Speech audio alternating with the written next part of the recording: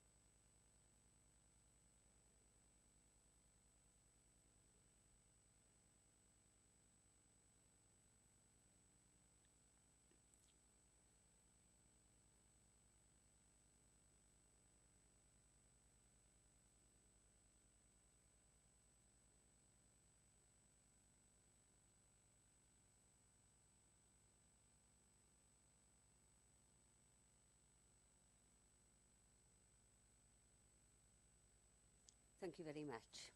You may remove your jackets.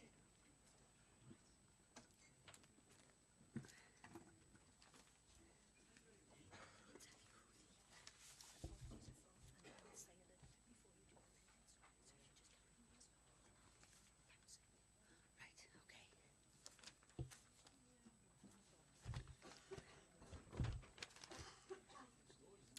Right, welcome to full council of Wednesday the 22nd of November. Are there any apologies for absence, please? Yes, Madam Mayor, the apologies are from Councillor Howard Barrett, Councillor Brent Carter, Councillor Brian Mansbridge and Councillor Richard Thomas. Thank you. Any declarations of interest, please?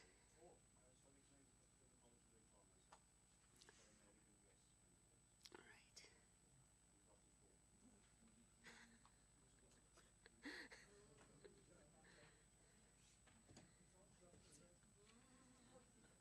That's it then. Any declarations of interest, please? No? Oh, sorry. Yes, Madam Mayor. Item 9, Adoption Services. I'd like to declare an interest. I'm a member of the adoption panel.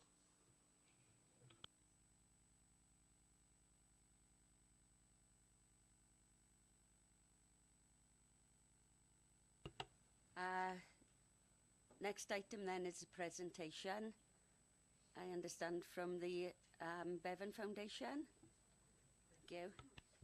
Thank you very much indeed, and thank you for the opportunity to talk to you this evening. We're very aware of the huge number of things on your agenda, not least the news about jobs in Merthyr and your latest budget settlement. So we won't take a lot of your time. I'm Victoria Winkler and I'm Director of the Bevan Foundation, and it's really nice to be here and see so many familiar faces. Some of them date back to 1996 when I worked for Middle Morgan County Council and was also involved in the Transition Committee to Unitary Authorities, and some of them are more recent, who I know from living and working in Merthyr. Before I go on, I just quickly say what we're going to do. We're going to, I'll say a few words about what the Bevan Foundation is. Then my colleague Nisreen Mansour will talk you through the findings of a recent piece of work that we've done on the living wage in Merthyr, and finally we'll outline an action plan that would help to make Merthyr a living wage borough. So first of all, about the Bevan Foundation, we are what people call a think tank. So we develop ideas to make all of Wales fair, prosperous and sustainable. We're a registered charity and we're independent and we're not aligned with any political party. We're funded by grants, commissions and subscriptions, and we offer our subscribers some great benefits, and I'm pleased that Merthyr Tydfil County Borough Council, slip of the tongue there, is one of them. So now Nisreen will tell you a little bit about the project. Our research on the living wage started earlier this year. We published 2 reports looking at the living wage and low pay in Wales and specifically in the Cardiff capital region. We also looked at what needed to be done to dramatically increase the number of people earning at least the living wage in those areas. as in both Wales as a whole and the Cardiff capital region, a greater proportion of workers earn less than the living wage compared to the out of London rate. We found that collective action is very important, and that living wage employers, trade unions and other campaigners all have a very important role to play in influencing non-living wage employers to increase their pay. There's also a persuasive case for employers. There are lots of ways that they actually benefit from paying the living wage, and we'll talk about this further in the presentation. Our work on the living wage in Merthyr has put these ideas to employers and campaigners and has brought in their experiences to influencing a living wage action plan for the borough. As well as trying to raise awareness of the Living Wage Initiative, we've also sought to uncover the sort of obstacles which prevent employers from paying it, as well as what would enable them to do so.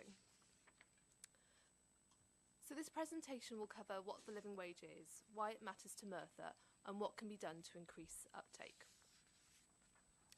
So the living wage is an hourly rate of pay set by the Living Wage Foundation. It's uprated every year, and the new rate is always announced during Living Wage Week, which just happens to be this week. It was announced on Monday, and it's currently £8.45 an hour. It's aimed at all employees aged 18 and over, but it doesn't cover apprentices or interns. It's based on a calculation of what somebody needs to live on, so it takes into account things like housing costs, as well as the sort of benefits that they're entitled to, and real life costs like modest birthday presents. But it really is based on the minimum that somebody can be expected to live on to afford the basics. Employers who pay it can be accredited by the Living Wage Foundation. There's a small fee for this, and if they don't already do so, the employer will need to agree to implement a plan for paying it to subcontracted workers as well. The plus side for employers is that the increase in the living wage is capped, so that they won't be expected to increase pay by more than 2% above annual earnings. As you can see from the chart on the presentation, there's quite a big difference between the UK living wage and the national living wage, which is the highest statutory pay rate. It's over a pound an hour more. So it is quite a considerable difference in pay, but as we've said, it's based on what people need to live on. So who earns it in Merthyr? There are quite a few employers, we're glad to say, that already pay it. On the left-hand side, you'll see those who have sought accreditation already. It's some of the banks, Welsh Government, Miller Argent is the biggest private sector employer who's accredited. And on the right-hand side, you'll see employers who have committed publicly to paying it, but haven't sought accreditation. This commitment's often been to directly employed staff and not necessarily extended to subcontracted staff. And you'll see that it's mainly the big public sectors in the borough who have made this commitment. But this isn't a comprehensive list of all the living wage employers in Merthyr Tydfil. We've spoken to quite a few employers as part of this project who already pay it. And who doesn't pay it? So our research looked at those who are at greatest risk of not earning it, and we found that there are significant risks for those based in particular industries and occupations, as well as certain groups. In terms of industry, retail, hospitality, administration, construction, accommodation and healthcare all have people working in it at a significant risk of being on low pay and being paid below the living wage. And in terms of occupation, you see care workers, sales and customer service workers and machine operatives all at greater risk of being paid below the living wage. There is a really stark difference between the hourly pay for part-time workers and full-time workers in Merthyr. Part-time workers are at much greater risk of being paid below the living wage, and that's also the case for women and young people. People on low pay are at greater risk of being financially, are less able to be financially independent. They're more likely to rely on a partner, family or friends to help them pay with things, and they're at greater risk of falling into debt. It can limit their chances to progress if they can't afford to self-finance further study or pay for a season ticket to travel to a new job. And children living in low-income households are also affected. One of the things that we wanted to do with this piece of work was to highlight the benefits of living wage to employers. While it's important to remember that the living wage is voluntary, so we're not forcing employers to increase their pay, and we're not arguing that it should be a statutory increase in pay. And we accept that it does have an impact on wage bills, but research also shows that it can boost productivity, improve staff retention rates, and make things like recruitment easier. Reputation is also something which many living wage employers say has been a boost for them, and something which makes them want to seek out accreditation in particular, although this is only really the case where awareness of the Living Wage Initiative is relatively high. And the benefits obviously are for the workers themselves and the local economy. Employees are better off without working more hours, and many of the employers that we spoke to in the borough pay the living wage for this reason. They feel a real sort of moral, ethical obligation to pay what their workers need to live off. The opportunity for workers to have higher pay has also been linked to improved well-being, and if people are earning more, they're spending more in our local shops and cafes, so it can have an impact on the local economy as well. Okay, so what do we recommend for Merthyr? We've drawn up a 6-point action plan. We've drawn up a 6-point action plan that outlines what we think needs to be done to make Merthyr Tydfil a living wage borough. The first one is to establish Merthyr Tydfil as a living wage rate. This would be the same rate as set by the Living Wage Foundation, so £8.45 an hour, but it would be have local identity and local ownership. We found when we talked to employers that they didn't identify with the Living Wage Foundation in London at all, but calling it the Merthyr Tydfil Living Wage would really make a difference. It would help to raise awareness and make the initiative seem more relevant. And if employers who are already paying it get a living wage Merthyr badge, then we think it would be a positive message about the borough.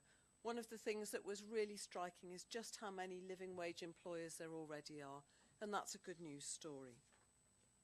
The second thing that needs to be done is to set an achievable target.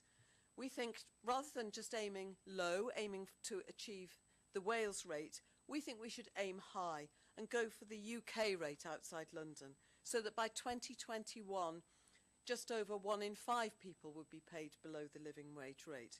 To get there, we'd need to have 12 living wage employers accredited by 2017 and about 150 employees a year taken out of low pay and paid the living wage rate. The way we do this, we suggest, is to target what we've called natural sympathisers. Frankly, there's not a lot of mileage in trying to persuade some of the rip-off employers to pay the living wage, but there are plenty of employers in Merthyr, of small and medium-sized employees and in the public and third sector, who could, we believe, with a bit of arm twisting and persuasion and being encouraged to know what the benefits are, who could be encouraged to pay it to all their workforce. To take this forward, we think there needs to be a local strategy group which would provide leadership, offer incentives to local employers and support and oversee the progress. This is not a massive ask. We think this could be done with a resource of about 1 day a week of somebody's time. And already we've had some interest from some local employers in the borough. And we hope that Merthyr Council would help to take that forward. There are things that can be done through the local supply chain. Public sector in Merthyr Tydfil has huge purchasing power, and when public organisations buy goods and services locally, by encouraging contractors to pay the living wage, they can really help to make it happen down the supply chain.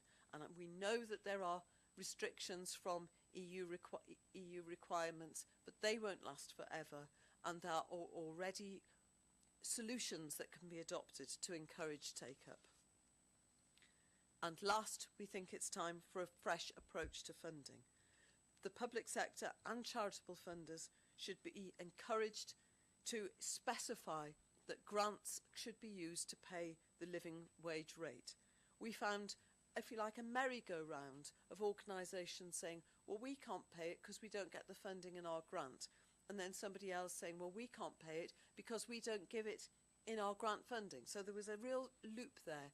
And we think that by breaking that loop in how some organisations are funded, it could really make a difference. What we'd like you to do in Merthyr Tydfil County Borough Council is three things. We'd like you to speak to employers in your ward about paying the voluntary living wage to raise awareness of the initiative. We'd like you to think about whether there are other ways that you can influence employers, for example, through your supply chain. And last but not least, we'd like you to support a Merthyr Tydfil living wage campaign by getting involved in a local strategy group. Thank you very much indeed.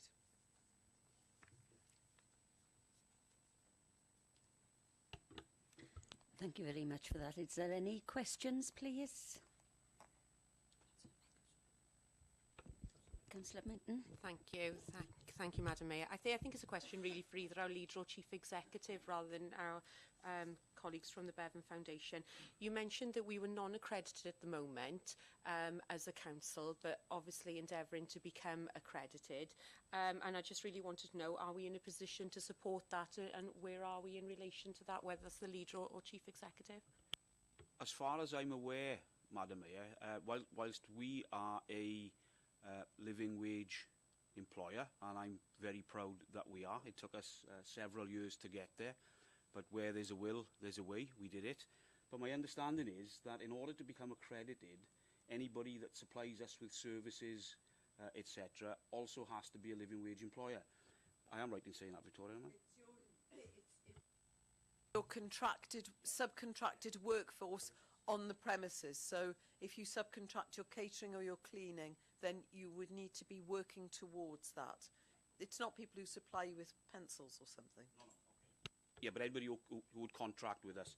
So in order to do that, at least, we've got to ensure that all people who are supplying us with contracts, etc., are also living wage employers. So as far as I'm aware, we cannot become accredited until that point in time. So we need to encourage our partners in order to do that. But I think this is where the Merthyr living wage comes in, which is what we've been talking about this evening. So whilst we can't become accredited at the moment, quite clearly, we would certainly want to be, and we will do our best to try to work towards it. Councillor Williams.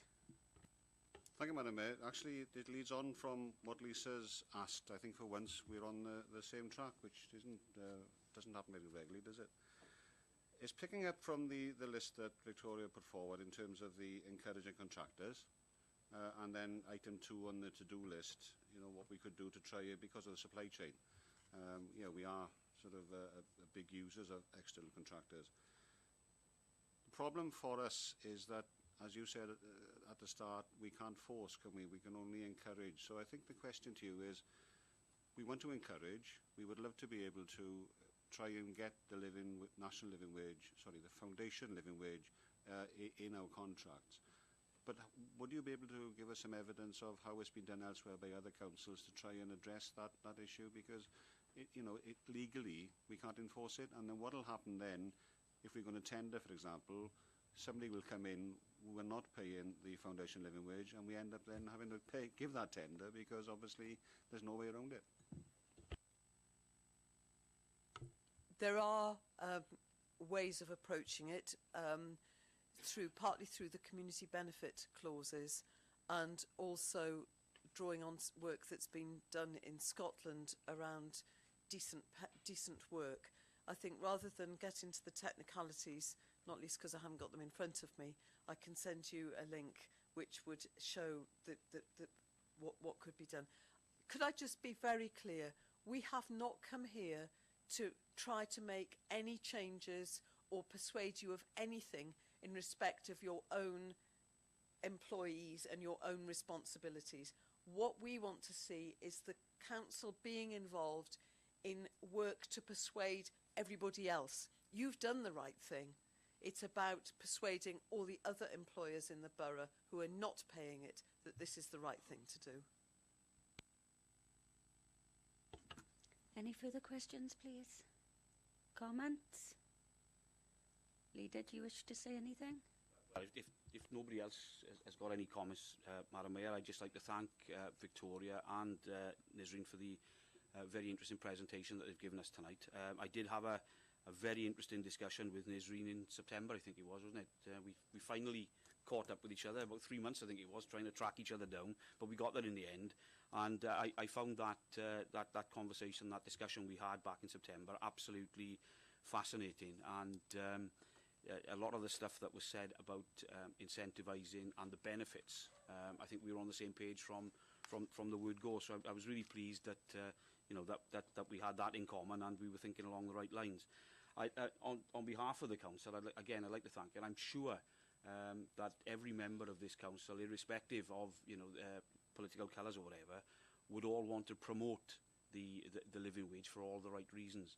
One of the bugbears that I have at the moment, which is connected to wages and training, etc., is this wonderful term apprentice that's thrown about these days.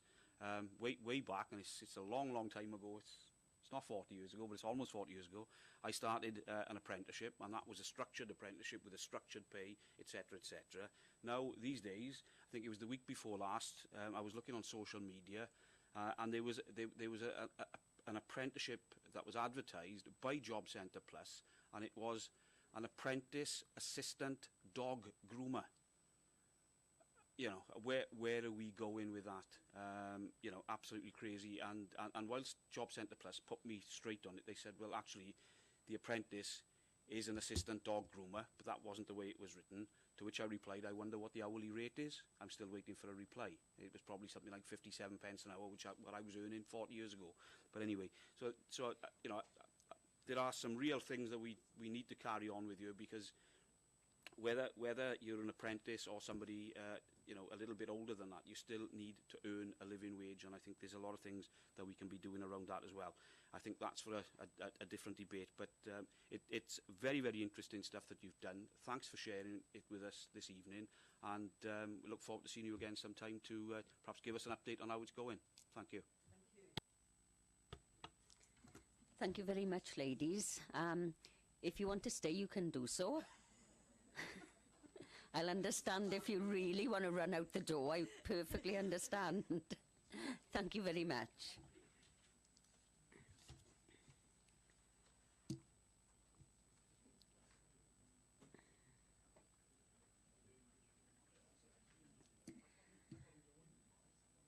We'll move on then to the next item on the agenda, item number 4, minutes of previous meetings.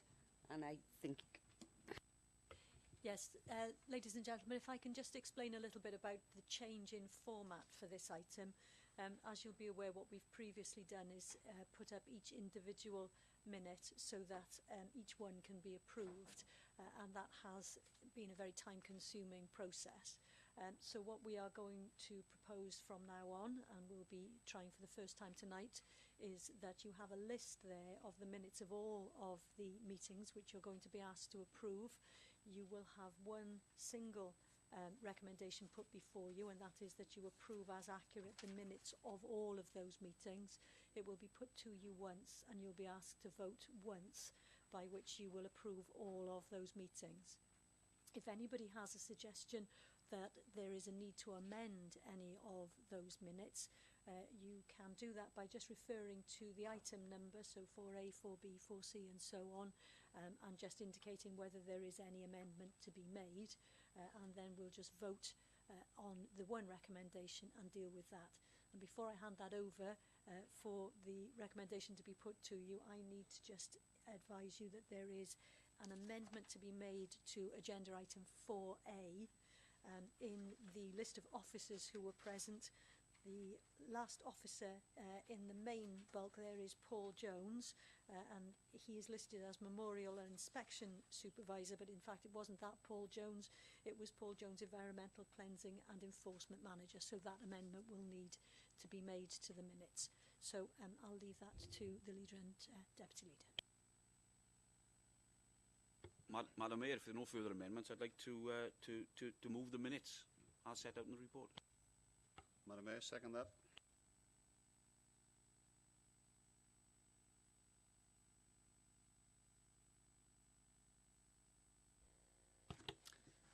Right, so long as there's nobody wish to speak on any of them, can I move to the vote, please?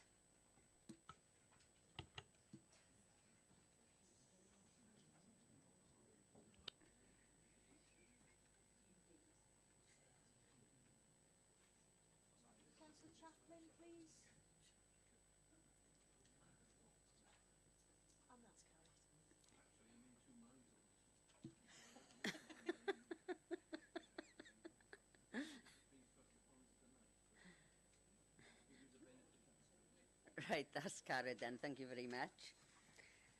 Move on then to item 5, whistleblowing process within the council. Consider the report of the Chief Executive. I understand it's Phil Williams to take this, please.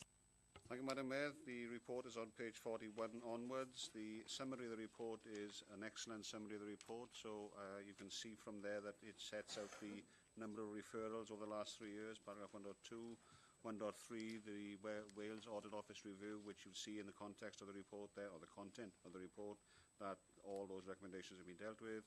1.4 makes reference to a whistleblowing referral in February of this year and an action plan arising out of it.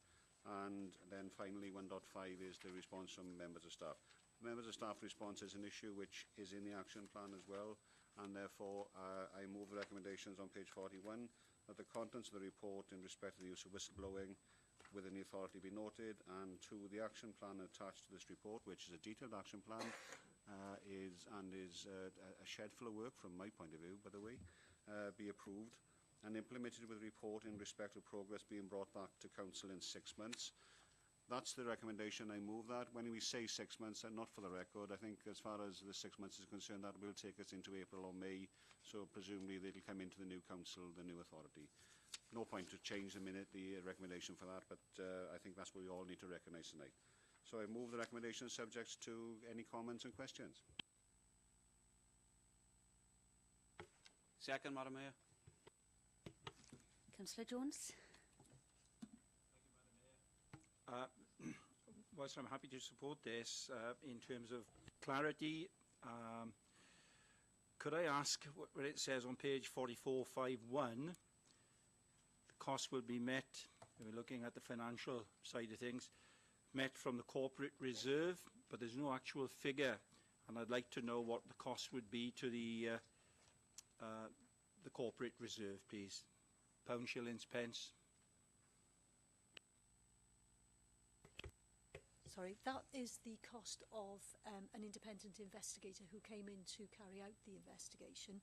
I don't have the exact cost of that in front of me now, but I can get that to you in due course if you wish to have it. On that one, I believe the cost was around £8,000 mark. It would be, I think, £8,000 to about £9,000.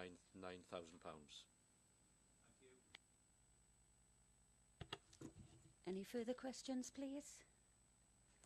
Any comments? Can I put it to the vote then, please?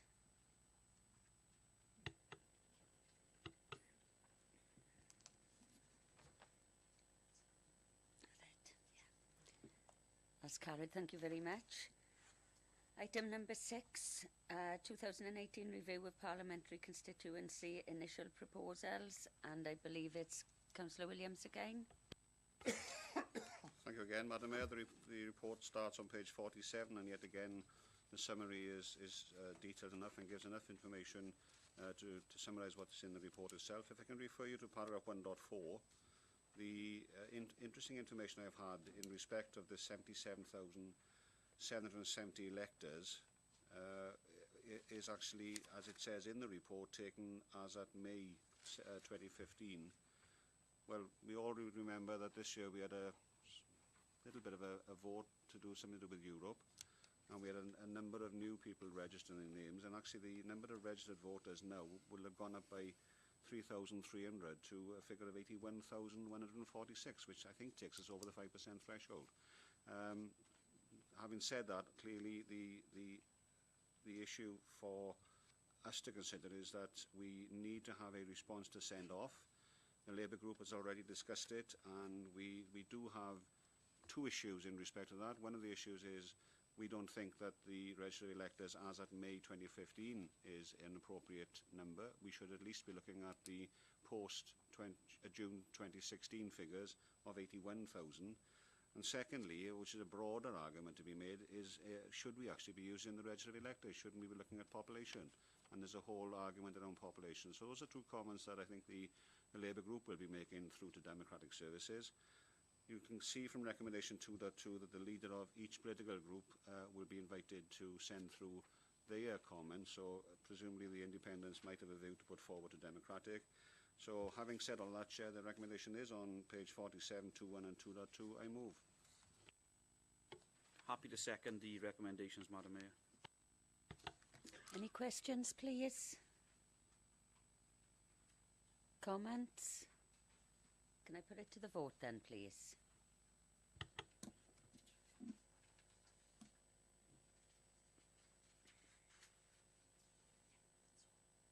That's carried, thank you.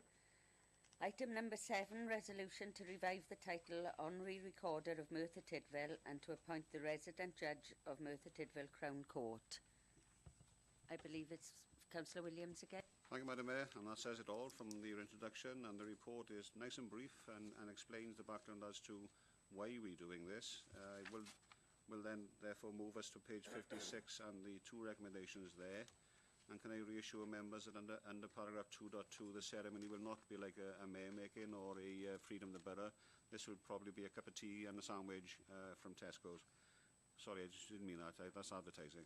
A cup of tea and a sandwich. So the recommendation on page 56, I move. Second, Madam Mayor. Are there any questions, please? Right. No questions? Gareth then. Thank you, Madam Mayor. I fully support this. I think with the job situation that we're in currently in Merthyr, and the court service is not immune to this, that my understanding is, and perhaps the gentleman sitting to the Mayor's left will know this chapter and verse, in terms of if Merthyr has a resident recorder, then it's much more difficult to close, for example, Merthyr Court. So anything that keeps that open and people gainfully employed, I am more than happy to support. Thank you.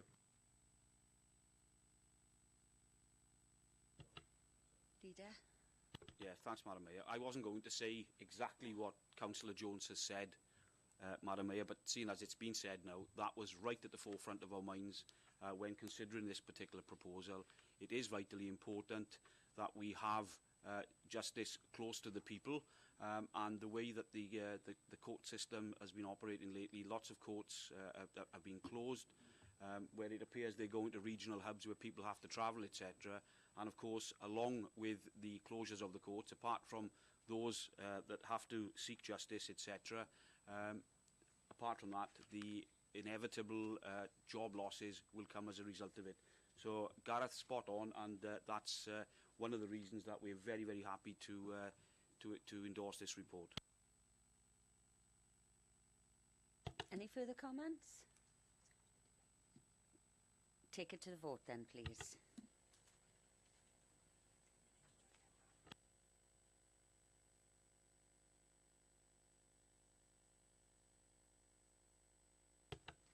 That's carried, thank you very much. Item number 8, Tricati Landfill Profit Share Scheme, and Leader to take it. Yes, I'll take this one, Madam Mayor. I like giving money away.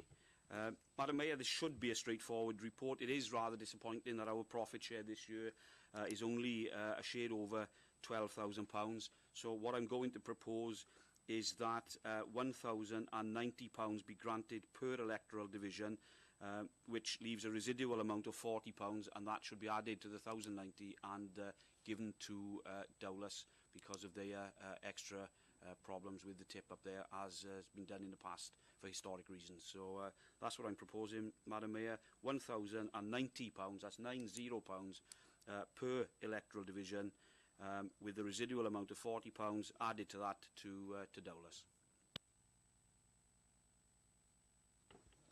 Obviously, I'd second that, Madam Mayor. Any questions, please?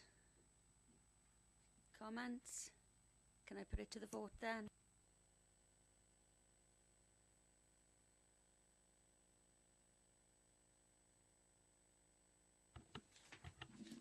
That's carried, thank you very much. Item number 9, National Adoption Service, proposed national policy for adoption allowances, and I believe it's Councillor Matthews to take this. Thank you, Madam Mayor. Adoption allowances are discretionary payments made to adoptive parents under certain circumstances. prior to the establishment of the National Adoption Service, a survey of all Welsh authorities was undertaken to examine what payments were being made. It was found several authorities paid no allowance at all, whereas one paid an allowance in 100% of cases, and overall it was an average of 23% of adopters receiving some sort of an allowance. You will see in 4.6 the variations in the amount and the length of time that the allowances were paid for. On occasions, there may have been a substantial one-off payment or. In 2014-15, the amount paid out in Wales was almost £4 million. Our current policy in Merthyr Tydfil means that the allowance is subject to means testing, stressing that the allowance is paid to meet the needs of the child and not to compensate the adopters for any financial changes resulting from the adoption. The consensus is that there should be a national approach which would create consistency across Wales. Appendix 1 on page 66 gives the draft national policy. So, Madam Mayor, can I move the recommendations in 2.1 that the content of the report be noted, 2.2 that the working principle in respect to the financial allowance to adopters be supported, and 2.3 a report be received following further work on this policy.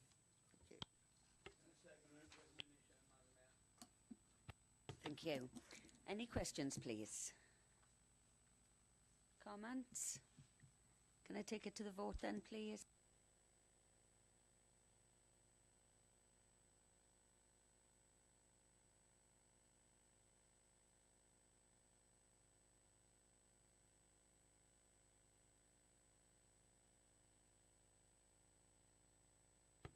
That's carried. Thank you very much. Item number...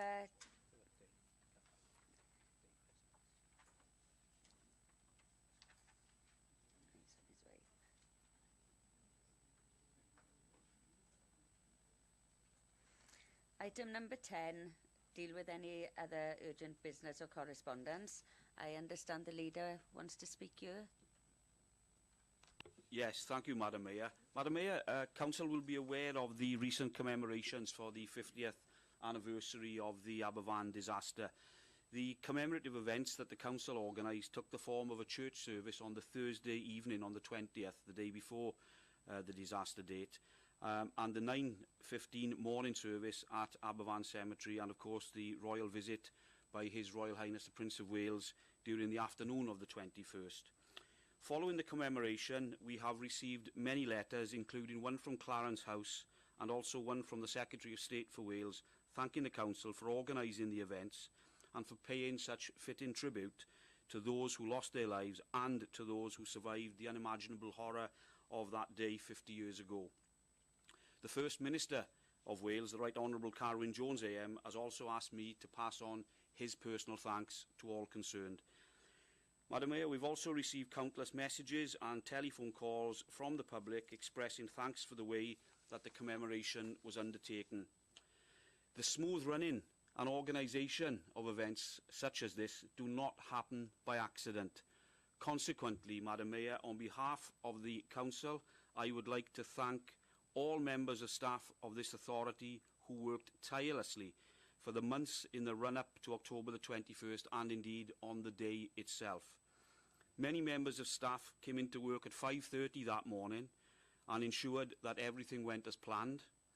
But there are far too many people from across council departments to name, and it would be very unfair to single out any individuals. Suffice to say, Madam Mayor, they are all superb ambassadors for the council, and we should be extremely proud of their continued contribution in providing vital public services to the residents of the county borough. Thank you. Darren, I believe you wish to say something. Yes, thank you, Madam Mayor. Pretty much the leader summed it all up there. I can only echo what Councillor Toomey has said. But again, I would like to thank the authority and all concerned for the efforts that were made, not just on the 21st, but the week leading up to it as well.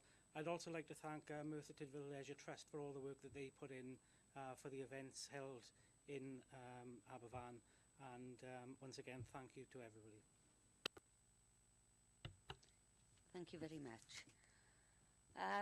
Item number 11, received communications to the Mayor. I have none. So thank you very much, everyone, for your attendance. See you next time.